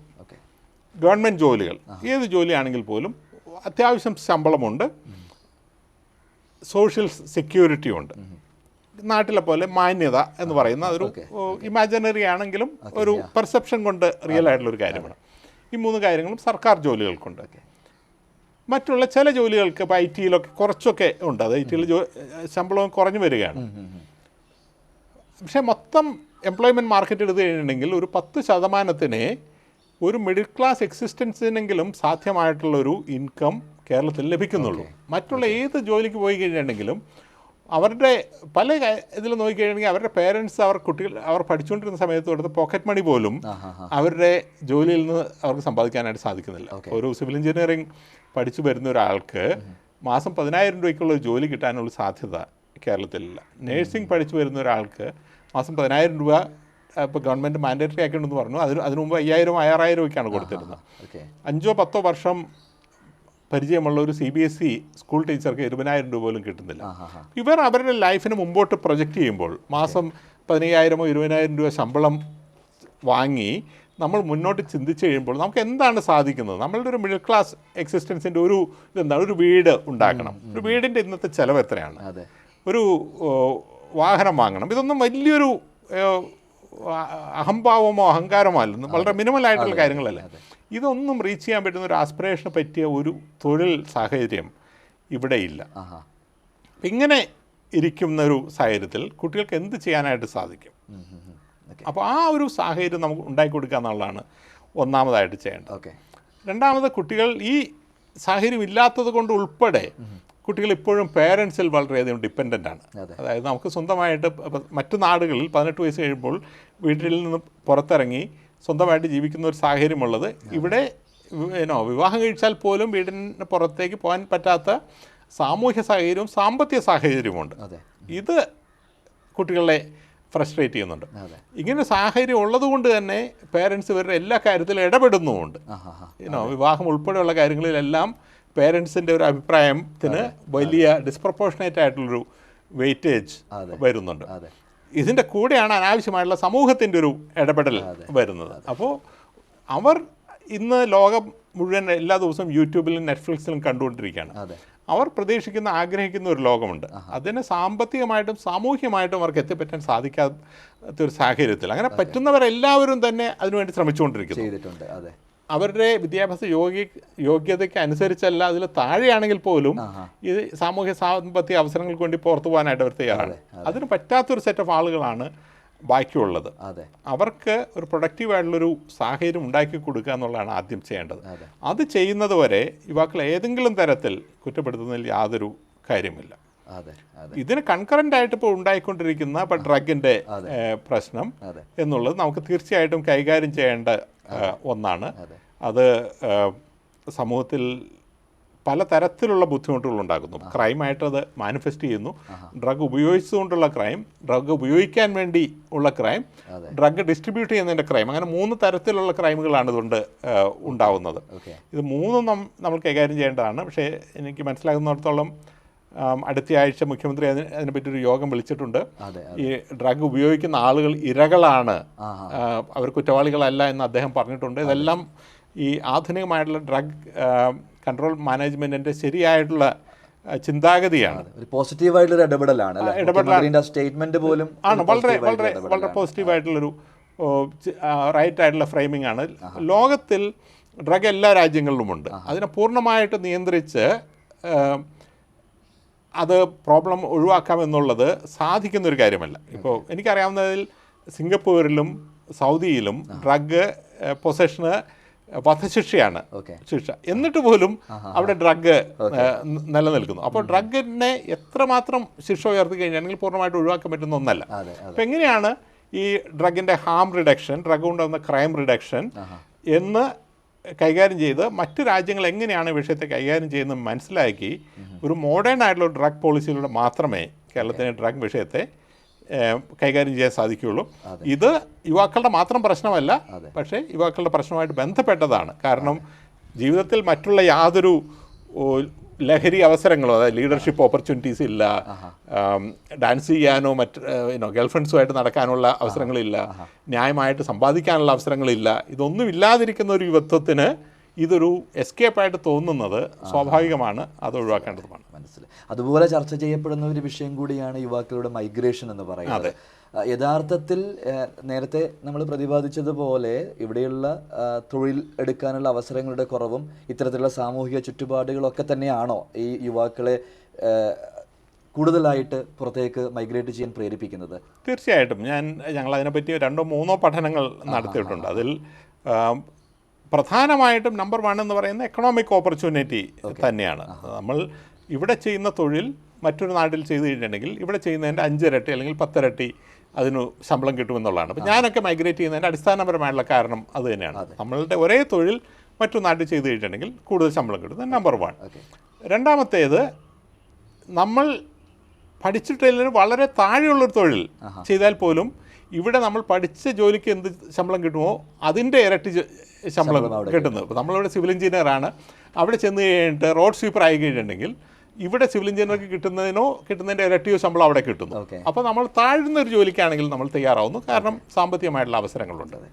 മൂന്നാമത്തത്, നമ്മുടെ സമൂഹത്തിന് നമ്മുടെ മുകളിലുള്ള കൺട്രോൾ കുറയുന്നു. നാട്ടിലുള്ള സദാചാര പോലീസുകാരും വീട്ടുകാരും ഉള്ള ആളുകളുടെ എല്ലാം നമ്മളുടെ ജീവിതത്തിലുള്ള ഡേ ടു ഡേ ഇടപെടൽ കുറയ്ക്കുന്നു. ഇത് വലിയൊരു പ്രാധാന്യമുള്ള കാര്യമാണ്. മൂന്നാമത്തേത്, നമ്മൾ എന്തെങ്കിലും പണം ഉണ്ടെങ്കിൽ അതനുസരിച്ച് സന്തോഷത്തോടെ ജീവിക്കാനുള്ള അവസരങ്ങൾ അവിടെ കൂടുന്നു. വൈകുന്നേരം ആണെങ്കിലും ഒരു പബ്ബിൽ പോകാനാണെങ്കിലും ഗേൾഫ്രണ്ടിൻ്റെ കൂടെ യാത്ര പോകാനായിട്ടുള്ളതാണെങ്കിലും ഇതിനൊക്കെയുള്ള അവസരങ്ങൾ മറ്റുള്ള നാടുകളിലുണ്ട്. അപ്പോൾ ഇതൊരു സാമ്പത്തിക പ്രശ്നം മാത്രമല്ല, ഇതൊരു വിദ്യാഭ്യാസ പ്രശ്നം തീരെയല്ല. അതായത് നമ്മളുടെ വിദ്യാഭ്യാസ സ്ഥാപനങ്ങളുടെ നിലവാരത്തിൻ്റെ കുറവുകൊണ്ടാണ് ആളുകൾ പോകുന്നതെന്നുള്ളത് 100% തെറ്റായ കാര്യമാണ്. അത് പണ്ടും ഉണ്ടായിരുന്നു. ഇന്ത്യയിലെ പ്രൈമറി ഇൻസ്റ്റിറ്റ്യൂട്ടിലേക്ക് നമ്മുടെ ഏറ്റവും ബെസ്റ്റായിട്ടുള്ള കുട്ടികൾ പോയിരുന്നു, ലോകത്തെ ബെസ്റ്റായിട്ടുള്ള ഇൻസ്റ്റിറ്റ്യൂട്ടിലേക്ക് പോയിരുന്നു. അത് കേരളത്തിലെ ജനസംഖ്യയുടെ ഒരു 5% പ്രശ്നമാണ്. പക്ഷേ ഇന്ന് പോകുന്നത് അങ്ങനെ ബെസ്റ്റായിട്ടുള്ള മോസ്റ്റ് അക്കാഡമിക്കൽ ടാലൻ്റ് ആയിട്ടുള്ള ആളുകളല്ല. പുറത്തേക്ക് നമ്മളെ കൊണ്ടുപോകാൻ സാമ്പത്തിക സാഹചര്യങ്ങളുള്ള കുടുംബങ്ങളിലെ കുട്ടികളാണ് പോകുന്നത്. അവർ മിടുക്കരായ കുട്ടികളാവാം, മിടുക്കരല്ലാത്ത കുട്ടികളാവാം. പക്ഷെ അതൊരു അക്കാഡമിക് വിഷയമല്ല ഇന്ന് നടക്കുന്ന മൈഗ്രേഷൻ. അതിനൊരു അക്കാഡമിക് വിഷയമാക്കി നമ്മളുടെ വിദ്യാഭ്യാസ സ്ഥാപനങ്ങളിൽ പുതിയ കോഴ്സുകൾ ഉണ്ടാക്കി അതിൻ്റെ നിലവാരം കൂട്ടി അതിനെ തടഞ്ഞു നിർത്താമെന്ന് വിചാരിക്കുന്നത് തീർച്ചയായിട്ടും ശരിയല്ല. നമ്മളുടെ പുതിയ കോഴ്സുകൾ വരേണ്ടതാണ്, നമ്മുടെ വിദ്യാഭ്യാസ സ്ഥാപനങ്ങൾ നിലവാരം മാറേണ്ടതാണ്, നമ്മുടെ യൂണിവേഴ്സിറ്റികൾ ലെസ് ബ്യൂറോക്രാറ്റിക് ആവേണ്ടതാണ്, ഇതെല്ലാം ചെയ്യേണ്ടതാണ്. പക്ഷെ അത് ഈ മൈഗ്രേഷനുള്ളൊരു സൊല്യൂഷനല്ല. നമ്മൾ വിദ്യാഭ്യാസ സ്ഥാപനങ്ങളെ കുറിച്ച് പറയുമ്പോഴാണ് കേരളത്തിലും ഇന്ത്യയിലാണെങ്കിലും ഭൂരിഭാഗം വിദ്യാഭ്യാസ സമ്പ്രദായങ്ങളും ഔട്ട്ഡേറ്റ് ചെയ്യപ്പെട്ടിട്ടുണ്ട്. അതായത് നമ്മുടെ മെമ്മറി ടെസ്റ്റ് ചെയ്യുക എന്നതിനപ്പുറത്ത് തിങ്കിങ് എബിലിറ്റി കപ്പാസിറ്റി ഒക്കെ വളർത്തുന്നതിന് വേണ്ടിയിട്ടുള്ള കാര്യങ്ങളൊന്നുമില്ല. അതായത് ഈ വിദ്യാഭ്യാസ സിസ്റ്റത്തിൽ വലിയ രീതിയിലേക്കുള്ള ഇന്നോവേഷൻസ് ഒന്നും സംഭവിച്ചിട്ടില്ല. 40 വർഷം മുന്നേ നമ്മൾ ഇരുന്ന് പഠിച്ച ക്ലാസ് റൂം സിസ്റ്റം തന്നെയാണ് ഇപ്പോഴും മുന്നോട്ട് പോകുന്നത്. ആ സിസ്റ്റം വളരെ പഴയത് തന്നെയാണ്. ഇത് യഥാർത്ഥത്തിൽ നമ്മളൊരു ഗ്ലോബൽ മാർക്കറ്റിലേക്ക് നമ്മൾ തൊഴിലന്വേഷിച്ച് പോകുന്ന സമയത്ത് വളരെ നെഗറ്റീവായിട്ട് അതിനെ ബാധിക്കുന്നില്ലേ? എങ്ങനെയാണ് നമുക്ക് ആ ഒരു സിസ്റ്റത്തിൽ നിന്നുകൊണ്ട് നമുക്ക് വലിയ രീതിയിൽ മാറ്റങ്ങൾ ഉണ്ടാക്കിയെടുക്കാൻ? ഇപ്പോൾ ഉദാഹരണത്തിന് എൻ്റെ കുട്ടിക്ക് ഞാൻ വേറൊരു ചേഞ്ച് ഉണ്ടാക്കിയെടുക്കുക എന്ന് പറയുന്ന ഒരു ബുദ്ധിമുട്ടുള്ള കാര്യമാണ്. സിസ്റ്റം തന്നെ മാറേണ്ട ആവശ്യമുണ്ട്. പക്ഷേ പല രീതിയിലേക്കുള്ള ഇന്നോവേഷൻസും സൈഡിൽ സംഭവിക്കുന്നുണ്ട്. എന്താണ് ഇതിനൊരു പോകാൻ വഴി? എന്താണ് ഇതുമായിട്ട് ബന്ധപ്പെട്ട നിർദ്ദേശങ്ങൾ? 2021 പുതിയ ന്യൂ എഡ്യൂക്കേഷൻ പോളിസി കൊണ്ടുവരുന്നത്. അത് ഇന്ത്യയെ സംബന്ധിച്ചിടത്തോളം പുതിയ പോളിസിയാണ്. അതിൽ പറഞ്ഞിരിക്കുന്ന മിക്കവാറും കാര്യങ്ങളെല്ലാം കഴിഞ്ഞ നൂറ്റാണ്ടിൽ തന്നെ മറ്റു നാടുകളിൽ നടപ്പിലാക്കിയതാണ്. അതുകൊണ്ട് ഒരു വിദ്യാഭ്യാസപരമായ ഒരു പുതിയൊരു വിപ്ലവകരമായ കാര്യമൊന്നുമില്ല. ഇന്ത്യയിലേക്ക് കൊണ്ടുവന്ന അർത്ഥത്തിൽ അത് പുതിയതാണ്. അതുപോലും പൂർണ്ണമായിട്ട് നടപ്പിലാക്കപ്പെട്ടിട്ടില്ല. നമ്മളുടെ ചുറ്റുമുള്ള തൊഴിൽ കമ്പോളത്തിന് അനുസൃതമായ ആവശ്യകരമായ ഒരു പരിശീലനം അത് നമ്മൾ ഉണ്ടാക്കുന്നില്ല. കേരളത്തിലെ പ്രത്യേക സാഹചര്യത്തിൽ ആ തൊഴിൽ അല്ല നമ്മളുടെ ആളുകൾ ആഗ്രഹിക്കുന്നു. ആ തൊഴിലിൽ നിന്ന് കിട്ടുന്ന വരുമാനമല്ല നമ്മളുടെ ആളുകൾ ആഗ്രഹിക്കുന്നത്. അപ്പോൾ ലോകത്തെ ഒരു തൊഴിൽ കമ്പോളമാക്കി കണ്ട് അതിന് എന്ത് തയ്യാറെടുപ്പാണ് എടുക്കേണ്ടതെന്നുള്ള തരത്തിൽ നമ്മൾ പരിശീലനം കൊടുക്കേണ്ട ഒരു ആവശ്യകതയുണ്ട്. ആ ലോകമായിട്ട് നമ്മൾ ഇന്നും കണക്ട് ചെയ്യപ്പെട്ടിട്ടില്ല. ഉദാഹരണത്തിന് ഞാൻ സിവിൽ എഞ്ചിനീയറായിട്ട് പുറത്ത് പോകുന്ന സമയത്ത് സേഫ്റ്റി എന്നുള്ള വാക്ക് ഞാൻ കേട്ടിട്ടില്ല. ഈ 51 കോഴ്സുകൾ പഠിച്ചിട്ടാണ് ഞാൻ പുറത്ത് സിവിൽ എഞ്ചിനീയറിംഗ് പാസ്സാവുന്നത്. അതിൽ ഒരു കോഴ്സിൽ പോലും ഒരു ക്ലാസ്സിൽ പോലും ഒരാൾ പോലും സേഫ്റ്റി എന്നൊരു വാക്ക് പോലും പറഞ്ഞിട്ടില്ല. അതെന്നെ പുറത്ത് പോകുന്ന സമയത്ത് മറ്റുള്ള ആളുകൾ സേഫ്റ്റിയെ പറ്റി പറയുമ്പോൾ എനിക്ക് അതിനെപ്പറ്റി ഒന്നും അറിയില്ല എന്നുള്ളത് തീർച്ചയായിട്ടും എനിക്ക് മാനഹാനി ഉണ്ടാക്കുന്നത് മാത്രമല്ല, ഇന്ത്യയിൽ നിന്നുള്ളൊരു സിവിൽ എഞ്ചിനീയറെ ജോലിക്ക് വയ്ക്കാൻ അവർ വിസമ്മതിക്കുന്നതിൻ്റെ ഒരു കാരണം ഇവർക്ക് സേഫ്റ്റിയെ പറ്റി യാതൊരു അവയർനെസ് ഇല്ല എന്നുള്ളതാണ്. അപ്പോൾ നമ്മൾ ലോക കമ്പോളത്തിലേക്കാണ് നമ്മളുടെ കുട്ടികളെ, കേരളത്തിലെ കുട്ടികളെ പ്രത്യേകിച്ചും നമ്മൾ ട്രെയിൻ ചെയ്യേണ്ടത്. അപ്പോൾ ആ കമ്പോളത്തിന് വേണ്ട തരത്തിലുള്ള പരിശീലനം, പുതിയ സാങ്കേതിക വിദ്യകൾ ഉപയോഗിക്കാനുള്ള പരിശീലനം, പുതിയ സുരക്ഷയെ പറ്റിയുള്ള പരിശീലനം, ഇതെല്ലാം കൊടുത്തിട്ട് വേണം നമ്മൾ അവരെ പറഞ്ഞു വിടാനായിട്ട്. ആ തരത്തിലുള്ളൊരു മാറ്റത്തിലേക്ക് കുട്ടികളെ കൊണ്ടുവരേണ്ട ഒരു ആവശ്യകത തീർച്ചയായിട്ടും ഉണ്ട്. അത് നമ്മൾ ഇനിയും ചെയ്തിട്ടില്ല. സാങ്കേതികവിദ്യ തൊഴിൽ മേഖലയെ വളരെയേറെ സ്വാധീനിക്കുന്നുണ്ട്. വരാൻ പോകുന്ന ഒരു തൊഴിൽ മേഖലയിൽ വരാൻ പോകുന്ന മാറ്റങ്ങൾ എന്തായിരിക്കും? അത് ഒരു ഡിജിറ്റൽ ട്രാൻസ്ഫോർമേഷൻ ഓഫ് സൊസൈറ്റി ലോകത്ത് എല്ലായിടത്തും നടന്നു കഴിഞ്ഞു. ഇപ്പം നിർമ്മിത ബുദ്ധി എല്ലാ ജോലികളെയും, അത് നിർമ്മിത ബുദ്ധിയുടെ രംഗത്ത് തൊഴിലുണ്ടാവുകയല്ല ചെയ്യുന്നത്. ലോകത്തുള്ള ഏത് തൊഴിലാണെങ്കിലും, ഇപ്പോൾ ലോകത്ത് 1000 ഡിഫറെൻറ്റ് ടൈപ്പ് ഓഫ് തൊഴിൽ ട്രേഡുകളുണ്ടെന്ന് നമുക്ക് വിചാരിക്കാം. ഒരു പ്ലംബറുടെ തൊഴിലാണെങ്കിൽ, ഒരു സ്മിത്തിൻ്റെ തൊഴിലാണെങ്കിൽ, ഒരു ഡോക്ടറുടെ തൊഴിലാണെങ്കിൽ, ഒരു പൈലറ്റിൻ്റെ തൊഴിലാണെങ്കിൽ, ഇത് ഏതൊരു തൊഴിലും നിർമ്മിത ബുദ്ധി അതിനെ മാറ്റിമറിച്ചുകൊണ്ടിരിക്കുകയാണ്. ചില തൊഴിലുകൾ ഇല്ലാതായി എന്ന് വരും, പക്ഷേ മിക്കവാറും തൊഴിലുകളിൽ അടുത്ത 10 വർഷം നിർമ്മിത ബുദ്ധി അറിയാത്ത ഒരാൾക്ക് ആ തൊഴിലിൽ കണ്ടിന്യൂ ചെയ്യാൻ പറ്റാത്തൊരു സാഹചര്യം ഉണ്ടാകും. അപ്പോൾ അതിന് യാതൊരു സംശയമില്ല. രണ്ടാമത്തത് പുതുതായിട്ട് വരുന്ന സാങ്കേതികവിദ്യ, ഇപ്പോൾ റോബോട്ട് ആണെങ്കിൽ, അല്ലെങ്കിൽ ഡ്രോൺ ആണെങ്കിൽ, അല്ലെങ്കിൽ ഇൻ്റർനെറ്റ് ഓഫ് തിങ്സ് ആണെങ്കിൽ, അല്ലെങ്കിൽ സിന്തറ്റിക് ബയോളജി ആണെങ്കിൽ, ഇതിലെല്ലാം പുതിയ തൊഴിൽ സാധ്യതകൾ ഉണ്ടാകുന്നുണ്ട്. നമ്മളുടെ തൊഴിലുകളുടെ പ്രൊഡക്ടിവിറ്റി അത് വളരെ കൂട്ടാൻ പോകുന്നുണ്ട്. ഞാൻ ഒരിക്കൽ എൻ്റെ ജനുവയിൽ ഓഫീസിൽ നിന്ന് നടക്കാനായിട്ട് പോകുമ്പോൾ ഒരു കുടയുടെ താഴെ ഇരുന്ന് ഒരു പയ്യൻ വീഡിയോ ഗെയിം കളിക്കുന്നു. ആ ഒരു വീഡിയോ ജോക്കി വെച്ചിട്ട്. അപ്പോൾ എനിക്കത് വലിയ അതിശയമായിട്ട് തോന്നി. വളരെ അൺയൂഷ്വൽ ആയിട്ടുള്ളൊരു കാഴ്ചയാണ്. അങ്ങനെ ആരും അവിടെ ചെയ്ത് കണ്ടിട്ടില്ല. എന്താണ് ഇദ്ദേഹം ചെയ്യുന്നതെന്ന് നോക്കുമ്പോൾ അതിൻ്റെ ഒരു 50 മീറ്റർ ദൂരെ ഒരു റോഡ് റീസർഫസ് ചെയ്തുകൊണ്ടിരിക്കുകയാണ്, അത് കോൺക്രീറ്റ് ചെയ്തുകൊണ്ടിരിക്കുകയാണ്. ആ കോൺക്രീറ്റ് ചെയ്യാനുള്ള മെഷീൻ ഒരു റോബോട്ടാണ്. ആ റോബോട്ടിനെ അദ്ദേഹം ഇവിടെ നിന്ന് കൺട്രോൾ ചെയ്യുന്നതാണ്. അതെ, ഇപ്പം നമ്മുടെ നാട്ടിൽ അതേ ഇത് ചെയ്യുകയാണെങ്കിൽ മിക്കവാറും എന്താ ചെയ്യുന്നത്, ഒരു 50 ഇതര സംസ്ഥാന തൊഴിലാളികൾ കമ്പിയിട്ട് കുത്തുന്ന ജോലിയായിരിക്കും. അപ്പോൾ ഈ 50 ആളുകളുടെ തൊഴിലാണ് ഒരാൾ ഇവിടെ ഇരുന്നിട്ട് യാതൊരു ഫിസിക്കലായിട്ടുള്ള ബുദ്ധിമുട്ടുമില്ലാതെ റോബോട്ട് ഉപയോഗിച്ച് ചെയ്യുന്നത്. അപ്പോൾ ആ തരത്തിലുള്ള ഡിജിറ്റൽ ട്രാൻസ്ഫോർമേഷൻ പുതിയൊരു സെറ്റ് ഓഫ് തൊഴിലുകളുണ്ടാകും. ഇതിപ്പോൾ കേരളത്തിലും ഉണ്ടാവാം. അങ്ങനെ ഉണ്ടായിക്കഴിഞ്ഞിട്ടുണ്ടെങ്കിൽ ഈ 50 ആളുകൾക്ക് കൊടുക്കേണ്ട ശമ്പളത്തിൽ നിന്ന് നമുക്ക് ഒഴിവാക്കാമല്ലോ. അങ്ങനെ ഈ ഒരാൾക്ക് കൊടുക്കുമ്പോൾ ഇയാളുടെ ശമ്പളം സ്വാഭാവികമായിട്ട് കൂടും. അപ്പോൾ ഇവർ ആസ്പയർ ചെയ്യുന്ന ഒരു മിഡിൽ ക്ലാസ് ലൈഫിനുള്ള ശമ്പളം കൊടുക്കാനായിട്ട് ഈ ഡിജിറ്റലി എൻഹാൻസ്ഡ് ആയിട്ടുള്ള ജോലിക്ക് സാധിക്കും. അപ്പോൾ ഇന്ന് കേരളത്തിലുള്ള 100 എല്ലാ തൊഴിലുകളും അതിൻ്റെ ഡിജിറ്റൽ ട്രാൻസ്ഫോർമേഷൻ പോസിബിലിറ്റി എന്താണ് എന്ന് നമ്മൾ കണ്ടുപിടിക്കേണ്ട ഒരു ആവശ്യകതയുണ്ട്. ആ ടൂൾസ് വെച്ച് ഡിജിറ്റലി എൻഹാൻസ് ചെയ്ത് കഴിഞ്ഞിട്ടുണ്ടെങ്കിൽ നമ്മളുടെ മൊത്തം സമ്പദ് വ്യവസ്ഥയുടെ പ്രൊഡക്ടിവിറ്റി കൂടും. നമ്മളുടെ ആളുകൾക്ക് അതനുസരിച്ചിട്ടുള്ള ശമ്പളം കൊടുക്കാൻ പറ്റും. ആ സ്കിൽ ഗ്ലോബലി ട്രാൻസ്ഫറബിൾ ആവുകയും ചെയ്യും. ഇത് ഈ റോബോട്ട് വെച്ച് റോഡ് ഉണ്ടാക്കാൻ പറ്റുന്ന ആളുകൾക്ക് ലോകത്ത് എവിടെയും ഡിമാൻഡുണ്ട്. പക്ഷെ കമ്പി കുത്തുന്ന ആളുകൾക്ക് ലോകത്ത് ഡിമാൻഡില്ല. അപ്പോൾ ആ സ്കിൽ വെച്ചിട്ടാണ് നമ്മൾ പുറത്തിറങ്ങുന്നതെങ്കിൽ നമ്മൾ ഔട്ട്ഡേറ്റഡ് ആണ്. തീർച്ചയായിട്ടും സാങ്കേതിക വിദ്യ നമ്മുടെ ജീവിതത്തെ വളരെയേറെ സ്വാധീനിക്കുന്നുണ്ട്. നമ്മുടെ കുട്ടികൾക്ക് അല്ലെങ്കിൽ നമ്മുടെ യുവതലമുറയ്ക്ക് ഗ്ലോബൽ മാർക്കറ്റിൽ തിളങ്ങുന്നതിന് വേണ്ടിയിട്ട്, അല്ലെങ്കിൽ ഗ്ലോബൽ മാർക്കറ്റിൽ ഒരു ജോലി സാധ്യമാകുന്നതിന് വേണ്ടിയിട്ട് ഏത് രീതിയിൽ മുന്നോട്ട് പോകണം? അതായത് സാങ്കേതിക വിദ്യയുടെ കൂടെ എന്ത് കാര്യങ്ങൾ പരിശീലിക്കേണ്ടതായിട്ടുണ്ട് എന്നുള്ളതൊന്ന് നിർദ്ദേശിക്കാമോ? ഈ ലോകമെന്ന് പറയുന്നത് വളരെ ഡൈവേഴ്സ് ആയിട്ടുള്ളൊരു ഇതാണ്. ഇപ്പോൾ ഇന്ത്യ ലോകം എന്ന് നമ്മൾ പലപ്പോഴും പറയുമ്പോൾ ലോകത്തിൽ തന്നെ വലിയൊരു ഡൈവേഴ്സിറ്റി ഉണ്ട്. നമ്മൾ പുറത്തേക്ക് ഒരു ജോലിക്ക് നമ്മൾ ശ്രമിക്കുകയാണെങ്കിൽ നമ്മൾ ചിന്തിക്കേണ്ട ചില ബേസിക് ആയിട്ടുള്ള പാരാമീറ്റേഴ്സ് ഉണ്ട്. ഒന്നാമത് നമ്മൾ പോകുന്നതിൻ്റെ ഒരു അടിസ്ഥാന കാരണം അവിടെ ഉയർന്ന ശമ്പളം ലഭിക്കണമെന്നുള്ളതാണല്ലോ. ഉയർന്ന ശമ്പളം ലഭിക്കണമെങ്കിൽ ആദ്യമായിട്ട് നമ്മൾ നോക്കേണ്ട രാജ്യത്തെ പെർ ക്യാപിറ്റ ഇൻകം എത്രയാണ് എന്നുള്ളതാണ്. അപ്പോൾ നമ്മളുടെ രാജ്യത്തേക്കായും പെർ ക്യാപിറ്റ ഇൻകം വലിയ കൂടുതലില്ലാത്തൊരു രാജ്യത്ത് നമ്മൾ പോയി കഴിഞ്ഞിട്ടുണ്ടെങ്കിൽ സാധാരണഗതിയിൽ അതുകൊണ്ടൊരു സാമ്പത്തികമായിട്ടുള്ളൊരു ലാഭം ഉണ്ടാകില്ല. ശരാശരി തൊഴിലിന് ചില സ്പെസിഫിക് ആയിട്ടുള്ള തൊഴിൽ, ഇപ്പോൾ ഓയിൽ ഇൻഡസ്ട്രിയുടെ ഒരു ജോലിക്ക് നമ്മൾ നൈജീരിയയിൽ പോയി കഴിഞ്ഞാൽ നമുക്ക് ഓയിൽ ഇൻഡസ്ട്രി റേറ്റ് കിട്ടിയെന്ന് വരും. പക്ഷേ ടീച്ചിങ് ജോബിന് നമ്മൾ പോയി കഴിഞ്ഞിട്ടുണ്ടെങ്കിൽ നമ്മൾ അവിടുത്തെ സാധാരണഗതിയിലുള്ള ഇതിനല്ലേ കിട്ടുള്ളൂ. നമ്മളുടെ നാട്ടിൽ നിന്ന് പോകുന്ന ഭൂരിപക്ഷം ആളുകളും ശരാശരി ജോലിക്ക് പോകുന്നതുകൊണ്ട് തന്നെ ആ രാജ്യത്തെ ഒരു ശരാശരി income level per capital income ഏതാണെന്ന് നമ്മൾ മനസ്സിലാക്കേണ്ട ഒരു ആവശ്യകതയുണ്ട്.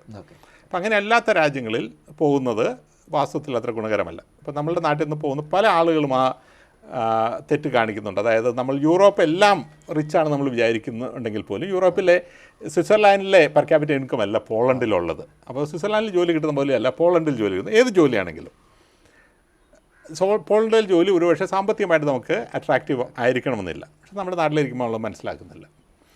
രണ്ടാമത്തത്, ഈ നാടുകളിലെ ഓരോ സ്ഥലത്തെയും ആവശ്യമായിട്ടുള്ള സ്കില്ലുകൾ വളരെ ഡിഫറെൻ്റ് ആയിരിക്കാം. അതായത് ഏത് ഇപ്പോൾ ഓസ്ട്രേലിയ ആണെങ്കിലും കാനഡ ആണെങ്കിലും ഓരോ 2 വർഷം കൂടുമ്പോഴും അവർ ആ രാജ്യത്ത് ഇപ്പോൾ പ്രിഫേർഡ് ആയിട്ടുള്ള അല്ലെങ്കിൽ ഡിമാൻഡുള്ള സ്കില്ലുകൾ ഏതാണെന്ന് അനൗൺസ് ചെയ്യാറുണ്ട്. അപ്പോൾ ഈ സ്കില്ലുകൾ ഏതാണെന്ന് മനസ്സിലാക്കിയിരിക്കേണ്ടത് പ്രാധാന്യമുള്ളതാണ്. അത് മാറി മാറി വരും. ചിലപ്പോൾ അത് ഫിസിയോതെറാപ്പി ആയിരിക്കാം, ചിലപ്പോൾ ബയോടെക്നോളജി ആയിരിക്കാം. അപ്പോൾ അതനുസരിച്ച് നമ്മളുടെ പഠിക്കുകയാണെങ്കിൽ നമ്മൾക്കത് പഠിക്കുന്നത് മാറ്റാം. പഠിക്കുകയല്ല, പഠിച്ചു കഴിഞ്ഞതാണെങ്കിൽ ഏത് രാജ്യത്താണോ നമുക്ക് ഡിമാൻഡുള്ള ആ രാജ്യത്തേക്ക് നമുക്ക് പഠിക്കാൻ ഇപ്പോൾ PR ശ്രമിക്കുക അല്ലെങ്കിൽ ജോലിക്ക് ശ്രമിക്കുകയാണെങ്കിൽ അങ്ങനെ പോകും. മൂന്നാമത് ഏത് ലാംഗ്വേജാണ് നമ്മൾ പഠിച്ചിരിക്കേണ്ടതെന്നുള്ളത്. ഇപ്പോൾ ഇംഗ്ലീഷ് നമുക്കറിയാവുന്നതുകൊണ്ടാണ് അനവധി രാജ്യങ്ങളിൽ നമുക്ക് പോകാനായിട്ട് സാധിക്കുന്നത്. കാരണം ഇംഗ്ലണ്ടിൻ്റെ കോളനികളായിട്ടുള്ള രാജ്യങ്ങളെല്ലാം ഇംഗ്ലീഷിൽ സംസാരിക്കുന്നതാണ്. അതുകൊണ്ട് തന്നെ സിംഗപ്പൂരിലും മലേഷ്യയിലും ബ്രൂണയിലും ഒക്കെ നമുക്ക് പോകാനായിട്ട് സാധിക്കുന്നത്. പക്ഷേ ഇതുപോലെ തന്നെ ഒരു ഫ്രഞ്ച് സ്പീക്കിംഗ് വേൾഡ് ഉണ്ട്. ഫ്രാൻസ് മാത്രമല്ല, ഫ്രഞ്ച് സംസാരിക്കുന്ന അനവധി രാജ്യങ്ങൾ, ഇപ്പോൾ അൾജീരിയ ആണെങ്കിലും സുഡാൻ ആണെങ്കിലും ചാഡ് ആണെങ്കിലും മൊററ്റാനിയ ആണെങ്കിലും മാലി ആണെങ്കിലും അങ്ങനെ അനവധി രാജ്യങ്ങൾ പലതരത്തിലുള്ള തൊഴിലുകൾ ആവശ്യമുള്ള രാജ്യങ്ങളുണ്ട്. അവിടെയെല്ലാം ഇന്ന് ലെബനീസ് ആളുകളാണ് ആ മാർക്കറ്റ് ക്യാപ്ചർ ചെയ്യുന്നത്. കാരണം ലെബനനിൽ പണ്ട് ഫ്രഞ്ച് പഠിപ്പിച്ചിരുന്നു.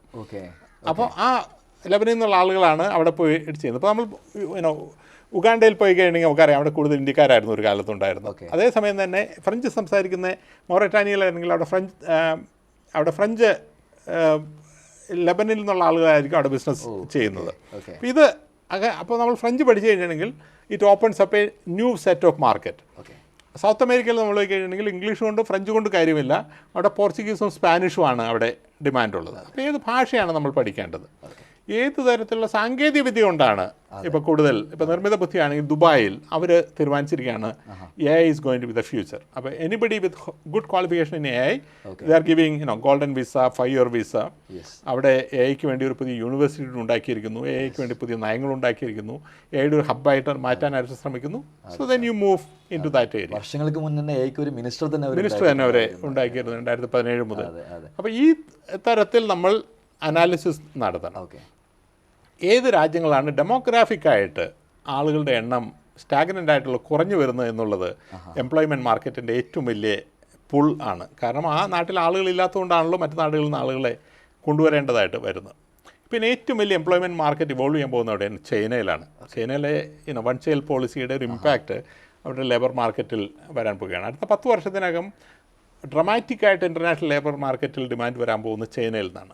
ആ സമയത്ത് ഈ നമ്മളുടെ ഇമിഗ്രേഷനെ പറ്റിയുള്ള ചിന്തകൾ മൊത്തമായിട്ട് മാറും. കാരണം ഈ മറ്റുള്ള രാജ്യങ്ങൾ ഇമിഗ്രൻസിനെ ഡിമാൻഡ് ചെയ്യുമ്പോൾ 5,000, 10,000, 50,000, 1,00,000 ഒക്കെ ആയിരിക്കും. പക്ഷേ China is going to demand in millions. അപ്പോൾ അതേസമയം ചൈനയുടെ പെർ ക്യാപിറ്റൽ ഇൻകം അത്ര ഹൈ അല്ല. പക്ഷേ അനവധി ആഫ്രിക്കൻ രാജ്യങ്ങളെ സംബന്ധിച്ചിടത്തോളം അവരുടെ ഇൻകം വെച്ച് നോക്കുമ്പോൾ ഇത് കൂടുതലാണ്.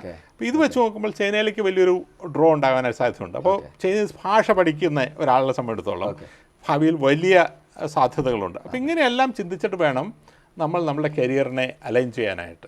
അപ്പോൾ ഏതെങ്കിലും ഒരു വിഷയം പഠിച്ച് അതുകൊണ്ട് തന്നെ ലോകത്തെ കോൺക്വർ ചെയ്യാൻ ഇറങ്ങി കഴിഞ്ഞിട്ടുണ്ടെങ്കിൽ നമ്മുടെ ഓപ്ഷൻസ് വളരെ നാരോ ആയിരിക്കും. മുരളീചേട്ടൻ ഒരുപാട് ലീഡർഷിപ്പ് റോളുകൾ എടുത്തിട്ടുണ്ട്, ഒരുപാട് മുഖങ്ങൾ കണ്ടിട്ടുണ്ട്. മാറി വരുന്ന വളരെ ഫാസ്റ്റായിട്ട് മാറി വരുന്ന ലോകത്ത് വളരെ എഫക്റ്റീവായിട്ട് പ്രവർത്തിക്കാൻ പറ്റുന്ന വളരെ വിദഗ്ധനായിട്ടുള്ള ഒരു ലീഡർക്ക് വേണ്ടുന്ന ഗുണങ്ങൾ എന്തൊക്കെയായിരിക്കണം? ലീഡർഷിപ്പ് എന്ന് പറയുമ്പോൾ നമുക്ക് എല്ലാ തലത്തിലും ലീഡർഷിപ്പ് ഉണ്ട്. ഇപ്പോൾ പൊളിറ്റിക്കൽ ലീഡർഷിപ്പ് ഒന്നാണ്, ടെക്നിക്കൽ ലീഡർഷിപ്പ് ഉണ്ട്, ഇൻസ്റ്റിറ്റ്യൂഷണൽ ലീഡർഷിപ്പ് ഉണ്ട്, സോഷ്യൽ വർക്കിൽ ലീഡർഷിപ്പ് ഉണ്ട്. പക്ഷേ ഏത് ലീഡർഷിപ്പ് ആണെങ്കിലും ഡിജിറ്റൽ ലിറ്ററസി എന്ന് പറയുന്നത് വളരെ അബ്സല്യൂട്ട്ലി ക്രിട്ടിക്കലാണ്. ഇനിയുള്ള കാലത്ത് എന്ത് സാങ്കേതിക വിദ്യകളാണ് അവിടെ ഉള്ളത്, അതെങ്ങനെയാണ് നമ്മളുടെ തൊഴിൽ മേഖലയിൽ നമ്മുടെ സ്ഫിയർ ഓഫ് ഇൻഫ്ലുവൻസ് എന്ന് പറയുന്ന ഒരു ഏരിയ ഉണ്ടല്ലോ. അപ്പോൾ നമ്മുടെ ഓഫീസാണെങ്കിൽ ഓഫീസ്, നമ്മുടെ സ്ഥാപനമാണെങ്കിൽ അത്, നമ്മുടെ രാജ്യമാണെങ്കിൽ അവിടെ ആ ഡിജിറ്റൽ ആ രാജ്യത്തെ അല്ലെങ്കിൽ നമ്മുടെ പ്രസ്ഥാനത്തെ ഡിജിറ്റലി എങ്ങനെ ട്രാൻസ്ഫോം ചെയ്യാമെന്നുള്ള അറിവില്ലാത്ത ഒരാൾക്ക് ഇനിയുള്ള കാലത്ത് ഒരു എഫക്റ്റീവായിട്ടുള്ള ലീഡർ ആവാനായിട്ട് സാധിക്കില്ല. രണ്ടാമത്തത് നെറ്റ്വർക്കാണ്. നമ്മളുടെ ഡൊമൈനിൻ്റെ ചുറ്റുമുള്ള ആളുകൾ, നമ്മുടെ ഡൊമൈനിൽ മാത്രമല്ല മറ്റുള്ള രംഗത്തുള്ള ആളുകളുമായിട്ട് നെറ്റ്വർക്ക് ഉണ്ടായാൽ മാത്രമേ ഇനി ഒരാൾക്ക് എഫക്റ്റീവായിട്ട് ലീഡറായിട്ട് ഫങ്ഷൻ ചെയ്യാനായിട്ട് സാധിക്കുള്ളൂ. ഒരു ഇൻഡിവിജ്വൽ ലീഡർ അയാൾ പറയുന്ന അനുസരിച്ച് ലോയൽറ്റി ചെയിൻ വെച്ചിട്ട് മറ്റുള്ള ആളുകൾ പെരുമാറുന്നൊരു ലോകം, അത് ഇനിയൊരു നോർമൽ ലീഡർഷിപ്പ് രംഗത്തുണ്ടാവില്ല.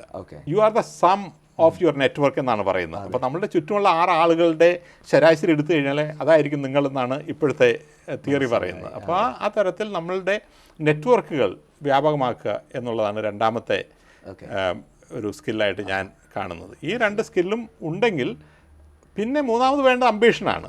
അത് ഇപ്പം ഞാൻ ഈ ധാരാളം ലീഡേഴ്സുമായിട്ടൊക്കെ കാണാൻ അവസരം കിട്ടിയപ്പോൾ ഞാൻ മനസ്സിലാക്കിയ കാര്യം, ആ ലീഡേഴ്സിനെ നമ്മളെ മാറ്റി നിർത്തുന്ന ഏറ്റവും പ്രധാനമായിട്ടുള്ള കാര്യം അവരുടെ അംബീഷനാണ്. ഒരു മാറ്റം ഉണ്ടാക്കണം എന്നുള്ളൊരു ആഗ്രഹം ചില ആളുകൾക്കുണ്ട്. ചില ആളുകളൊക്കെ happens to be in the right place. അവരുടെ അച്ഛൻ നേതാവാകാം, അല്ലെങ്കിൽ അവരെ മറ്റുള്ള ആളുകൾ ഒരു ലീഡർഷിപ്പ് പൊസിഷനിലേക്ക് ത്രസ്റ്റ് ചെയ്തു എന്ന് വരാം. പക്ഷേ മുമ്പോട്ട് പോകുന്ന എല്ലാ ആളുകൾക്കും ഒരു ലീഡർഷിപ്പ് അംബീഷൻ എന്ന് പറയുന്നത് വളരെ കാര്യമായിട്ടുണ്ട്. അത് നമ്മളുടെ സമൂഹത്തിൽ പൊതുവെ നമ്മളെ ഡിസ്കറേജ് ചെയ്യുന്ന ഒന്നാണ്.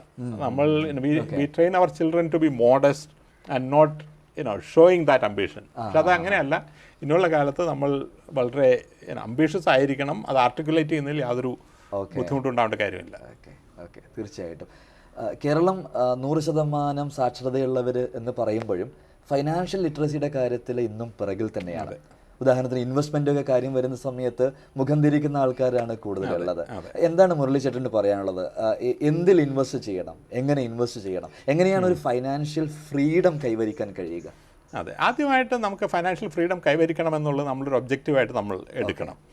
രണ്ടാമത്, ഇൻവെസ്റ്റ് ചെയ്യുന്നത് ധാരാളം പണം ഉണ്ടാകുന്ന ഒരാൾ ചെയ്യുന്നതല്ല. ഇൻവെസ്റ്റ് എല്ലാവരും ചെയ്യേണ്ടതാണ്. ഞാൻ പലപ്പോഴും പറയും, നമുക്ക് ഒരു പണമില്ലെങ്കിൽ നമുക്ക് ഇൻവെസ്റ്റ് ചെയ്യാൻ പറ്റുന്ന ചില കാര്യങ്ങളുണ്ട്. നമ്മുടെ ആരോഗ്യത്തിൽ നമുക്ക് ഇൻവെസ്റ്റ് ചെയ്യാം, നമ്മളുടെ ഫാമിലിയിൽ നമുക്ക് ഇൻവെസ്റ്റ് ചെയ്യാം, നമ്മുടെ ഫ്രണ്ട്സിൽ നമുക്ക് ഇൻവെസ്റ്റ് ചെയ്യാം. ഇതെല്ലാം ഇൻവെസ്റ്റ്മെൻറ്റ് തന്നെയാണ്. പണം കൊണ്ട് മാത്രമല്ല നമ്മൾ ഇൻവെസ്റ്റ്മെൻറ്റ് ചെയ്യുന്നത്. പണം നമ്മുടെ കയ്യിൽ എത്ര ഉണ്ടെങ്കിൽ പോലും, ചെറിയ എമൗണ്ട് ആണെങ്കിൽ പോലും അവിടെ നമുക്ക് ഇൻവെസ്റ്റ് ചെയ്യാം. അപ്പോൾ ഇൻവെസ്റ്റ്മെൻറ്റ് ഞാൻ കാണുന്ന ഒരു പിരമിഡായിട്ടാണ്. അതായത് വളരെ ഹൈ റിസ്ക് ഉള്ളതും അതേസമയം ഹൈ റിട്ടേൺ ഉള്ളതുമായിട്ടുള്ള ഇൻവെസ്റ്റ്മെൻറ്റ്. ഇപ്പോൾ ലോട്ടറി എടുക്കാനായിട്ട് ഒരു 100 രൂപയായിരിക്കാം. 100 രൂപയ്ക്ക് നമ്മൾ ലോട്ടറി എടുത്തു, അതിൻ്റെ റിട്ടേൺ നമുക്ക് കിട്ടിക്കഴിഞ്ഞിട്ടുണ്ടെങ്കിൽ 1 കോടിയോ വല്ലതും ആയിരിക്കാം കിട്ടാനുണ്ട്. അപ്പോൾ പോയി കഴിഞ്ഞാൽ 100 രൂപയേ ഉള്ളൂ, കിട്ടിക്കഴിഞ്ഞാൽ 1 കോടിയുണ്ട്. അത് നല്ലൊരു നമ്മുടെ ഇൻവെസ്റ്റ്മെൻറ്റ് പോർട്ട്ഫോളിയോയിൽ ലോട്ടറി നമ്മൾ തള്ളിക്കളയേണ്ട കാര്യമില്ല. പക്ഷെ നമുക്ക് കിട്ടുന്ന ശമ്പളത്തിൻ്റെ പകുതി നമ്മൾ ലോട്ടറിയിൽ ഇടാന്ന് പറഞ്ഞിട്ടുണ്ടെങ്കിൽ അത് തെറ്റായുള്ളൊരു ഇൻവെസ്റ്റ്മെൻറ്റ് സ്ട്രാറ്റജിയാണ്. മനസ്സിലായി. ഞാൻ കാണുന്നത് ലോട്ടറിയുടെ തൊട്ട് താഴെയോ മുകളിലോ ആയിട്ടാണ് ക്രിപ്റ്റോ കറൻസിയും ഇരിക്കുന്നത്.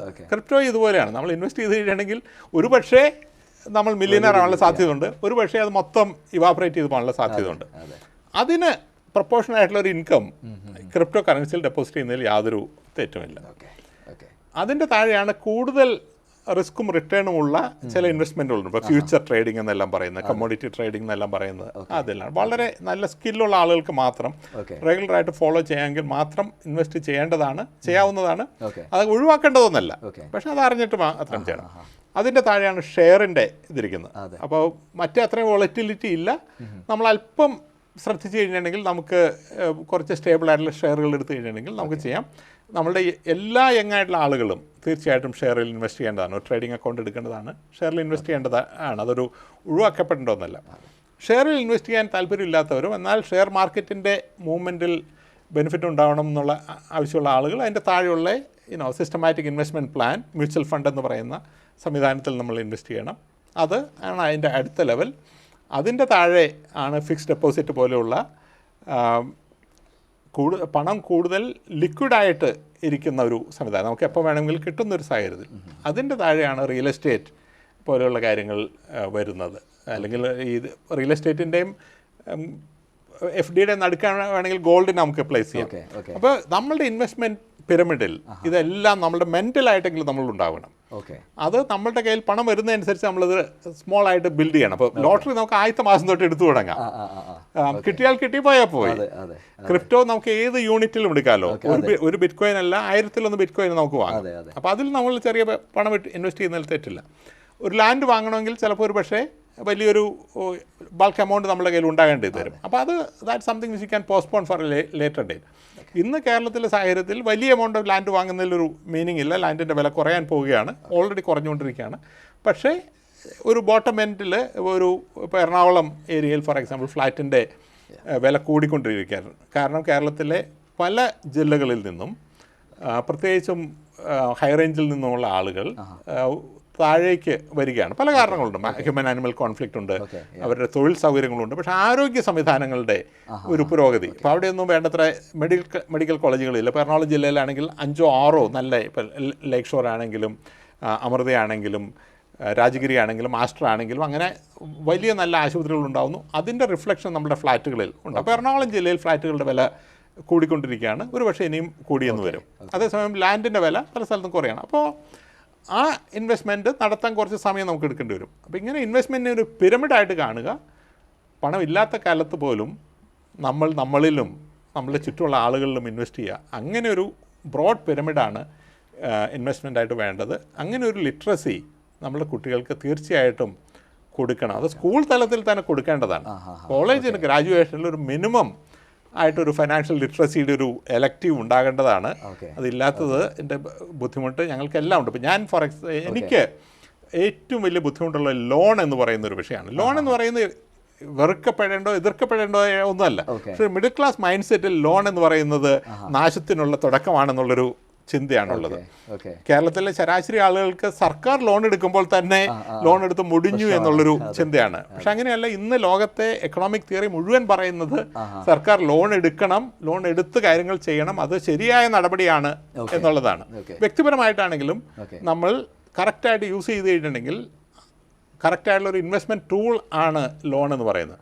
പക്ഷേ എനിക്ക് ഇന്നും ലോൺ എടുക്കുക എന്ന് പറയുന്നത് ആ മിഡിൽ ക്ലാസ് മൈൻഡ് സെറ്റ് കൊണ്ട് ബുദ്ധിമുട്ടായ കാര്യമാണ്. അതും കുട്ടികളെ പറഞ്ഞ് മനസ്സിലാക്കേണ്ടതാണ്. Thank you Shri Murali Thummarukudy. ഇത്രയും സമയം നമ്മൾക്ക് വേണ്ടിയിട്ട് മാറ്റിവെച്ചതിനും ഇത്രയും പ്രാക്ടിക്കൽ ആയിട്ടുള്ള ഇൻസൈറ്റ്സുകളും അറിവുകളും ഷെയർ ചെയ്തതിനും thank you. Thank you for having me. All the best for your channel. Thank you.